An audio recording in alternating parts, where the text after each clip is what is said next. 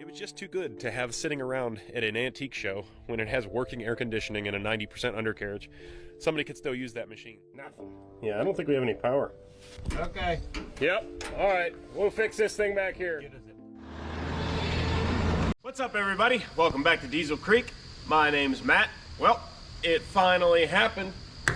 Got the old Fiat Alice 645B wheel loader hauled into the farm. Now, it was all kind of a last-minute hurried operation.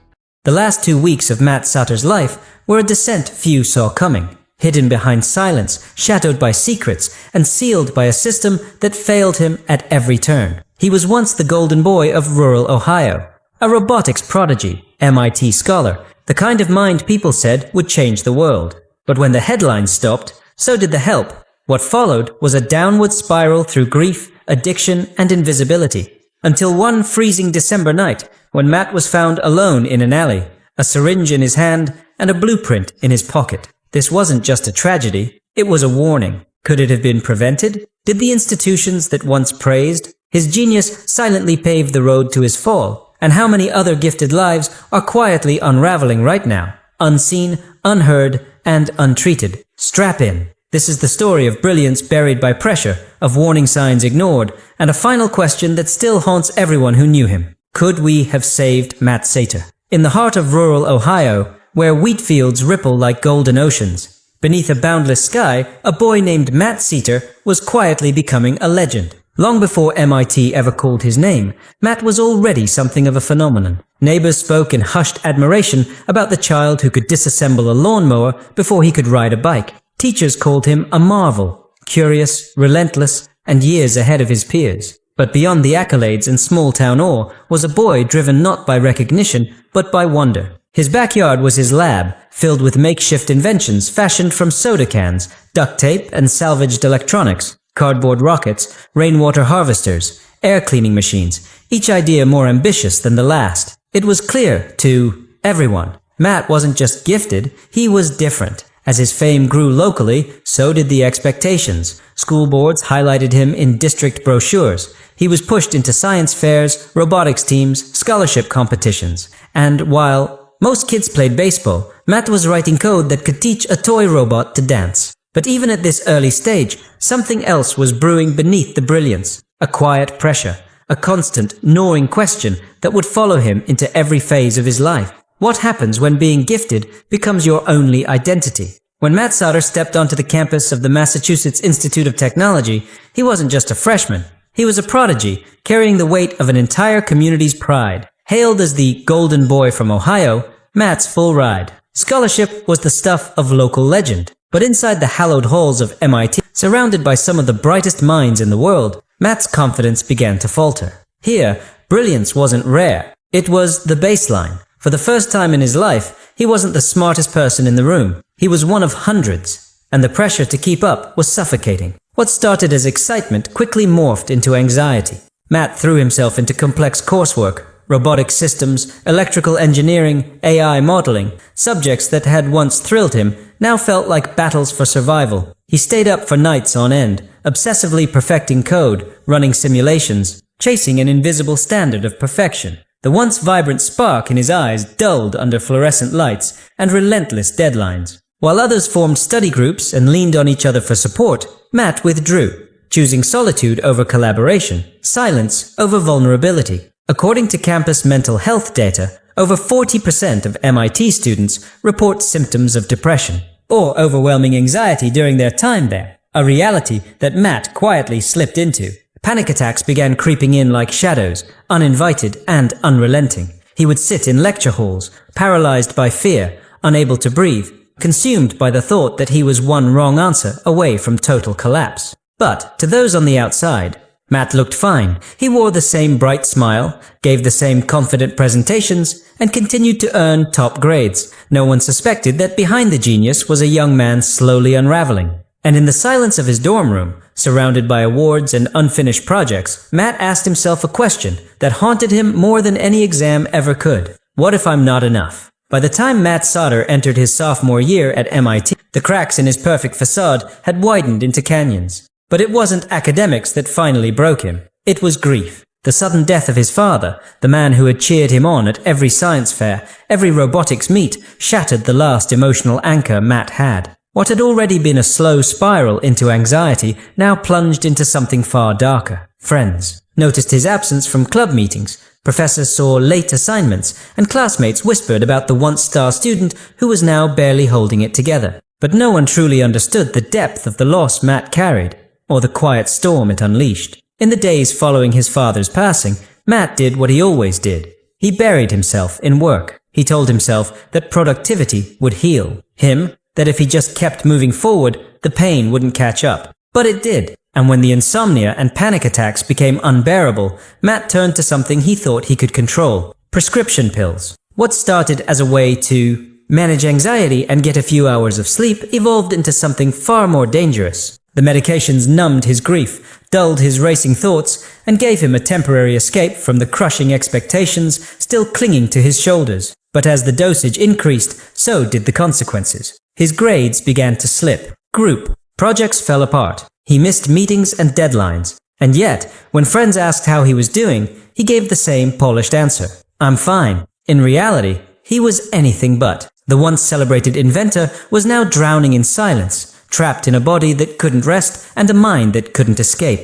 And still, no one intervened. No one stopped to ask the question that could have changed everything. Are you really okay? Behind the closed doors of his dorm room, Matt was no longer building the future.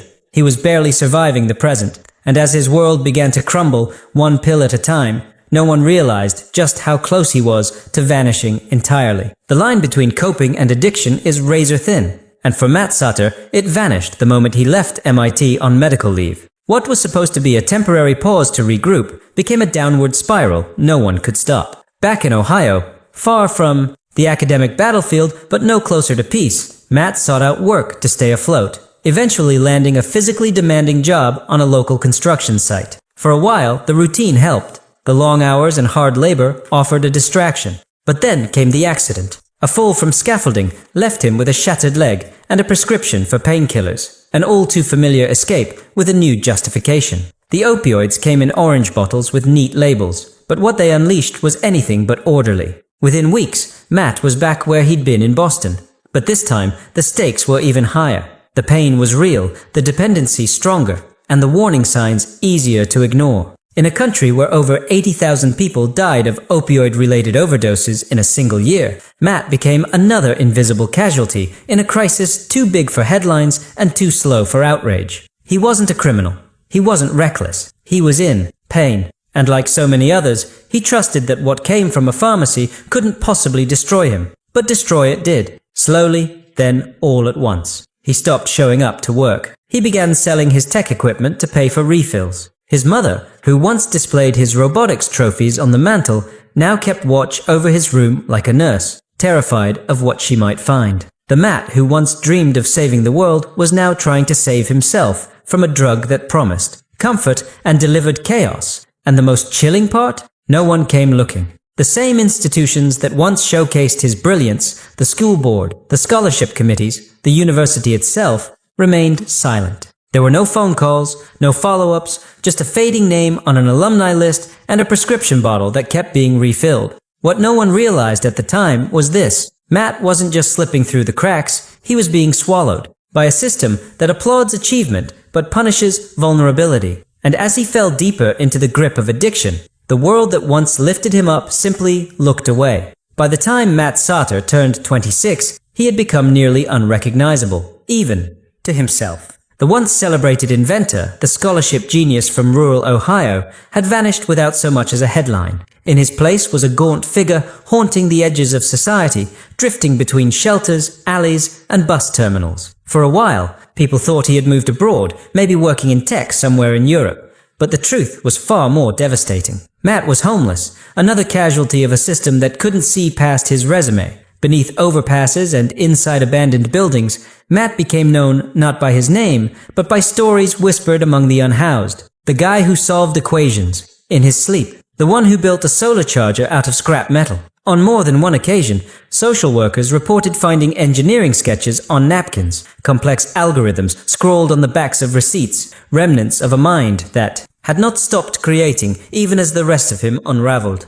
But no amount of brilliance could protect him from the harshness of the streets. Cold winters gnawed at his bones, missed meals left him frail. The shame of being the fallen genius kept him from reaching out, even as he spiraled deeper, into addiction and isolation. Back home, his mother was pawning off the last family heirlooms to cover his mounting debts. Debts from ER visits, short-lived rehabs, and medications that offered more risk than relief. She stopped hanging his awards on the wall and instead kept them in a box, too painful to look at. Friends from MIT tried calling at first, then they stopped. One by one, the world moved on, writing Matt off as a lost cause, a sad footnote in an otherwise successful graduating class. But here's the haunting part. Matt was still trying. He would show up at libraries, ask for job listings, volunteer at shelters when sober. There were moments of clarity, of hunger to rebuild. But those moments were fleeting. The street is not a place for healing. It's a place for surviving.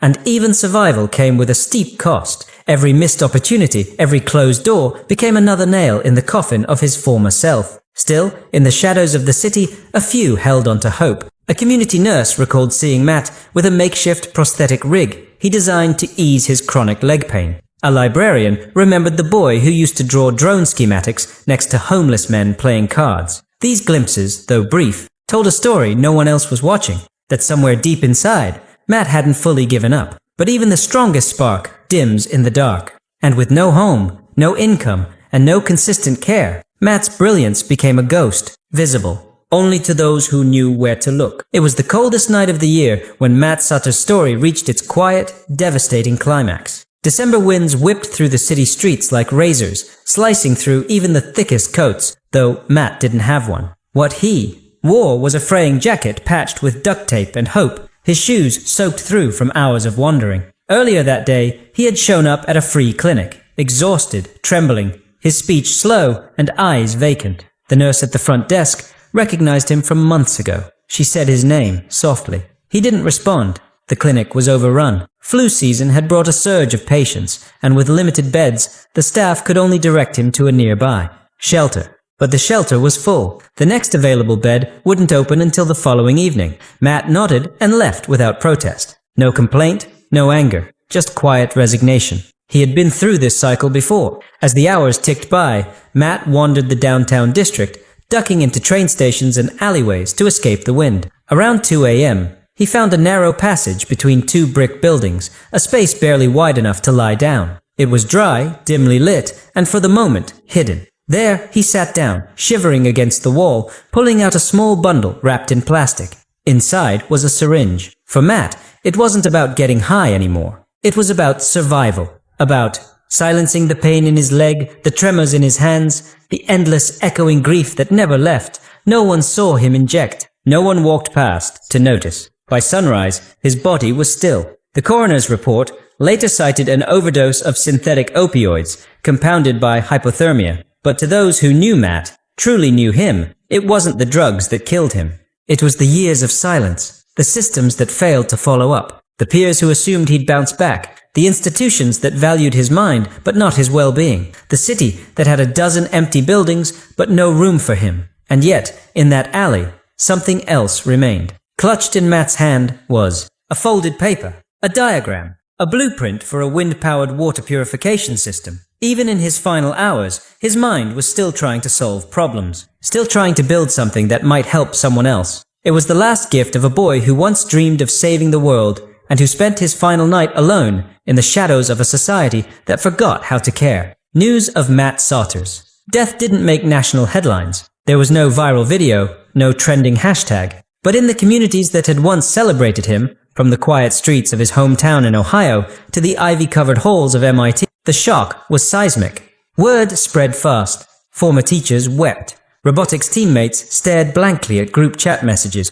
wondering how no one had seen this coming. Professors posted somber tributes, calling him brilliant and compassionate, but beneath the condolences, a bitter undercurrent surged. Blame. Finger-pointing began almost immediately. Some placed it squarely on MIT, citing the school's notorious pressure cooker environment and historically high rates of student anxiety and depression. Mental health advocates resurfaced old student petitions demanding more accessible counseling, smaller class loads, and early intervention protocols. Alumni forums lit up with testimonials from students who said they too had nearly cracked under the same relentless drive for excellence. One anonymous comment read, "Matt's story isn't unique. It's just the one that ended in the alley instead of the ER." Others blamed the healthcare system, a system that handed out opioids more readily than therapy referrals. Investigations later revealed Matt had been prescribed painkillers by at least 4 different providers in less than a year. No one had checked his history. No one had flagged the frequency.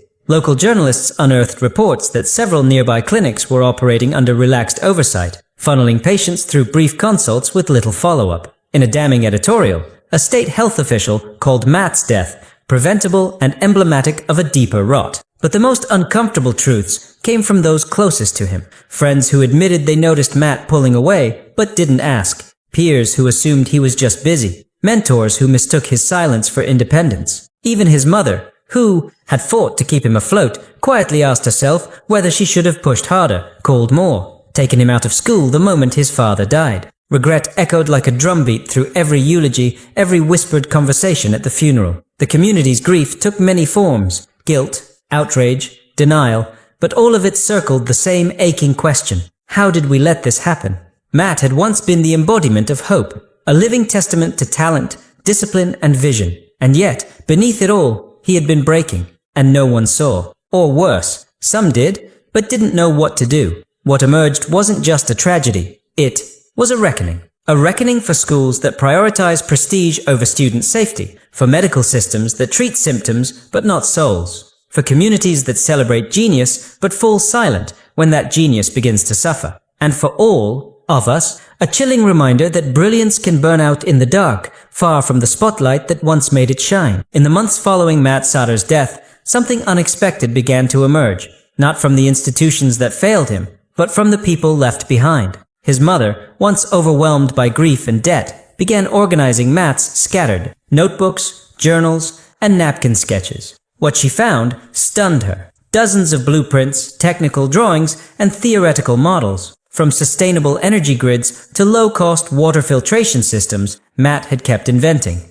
Even when the IGI world had stopped watching. These weren't the scribbles of a broken man, they were the seeds of ideas that could still change lives. With help from a few of Matt's former MIT classmates, she founded the Matt Stetar Foundation, a nonprofit dedicated to supporting young innovators struggling with mental health challenges. The foundation launched with 2 clear missions: fund mental health resources at technical universities and provide scholarships that paired academic achievement with emotional support systems. No one should have to choose between their dreams and their well-being. The foundation's website reads, "A quiet indictment of the very culture that celebrated Matt's genius but ignored his pain." MIT responded too, albeit more cautiously. The university announced a new mental health initiative, citing Matt's story without naming him directly. It included peer-led support groups, mandatory wellness training for faculty, and a revised academic counseling program designed to flag students at risk.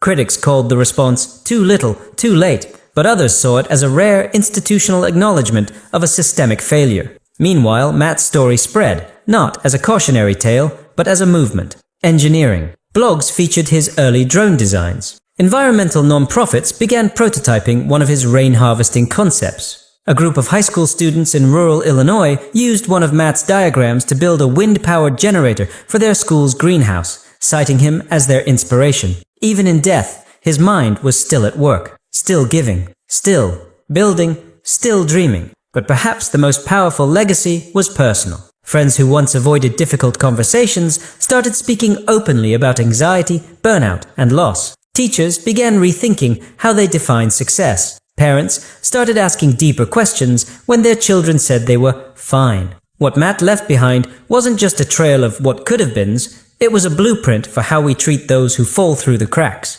Matt Stetar never got to build the future he imagined, but in the aftermath of his absence, a different kind of invention was born. One rooted not in circuits or code, but in compassion, connection, and the courage to say, we can do better. Matt Stetar's story is not just about a brilliant mind. Lost too soon, it's about the cracks in our culture that swallow people whole while the rest of us keep clapping for success. It's about a system that equates value with output, A society that applauds ambition but mutes the quiet cries for help behind closed doors. Matt didn't fail. We did, and unless we're willing to face that truth, he won't be the last. If you're watching this and thinking of someone who's been pulling away, who seems off but keeps insisting they're fine, reach out. Don't wait for a crisis. Don't assume someone else is checking in. Be the one. If you're a student juggling expectations that feel impossible, know this. Asking for help is not weakness. It's strength. It's survival. And if you're an educator, a leader, or a policymaker,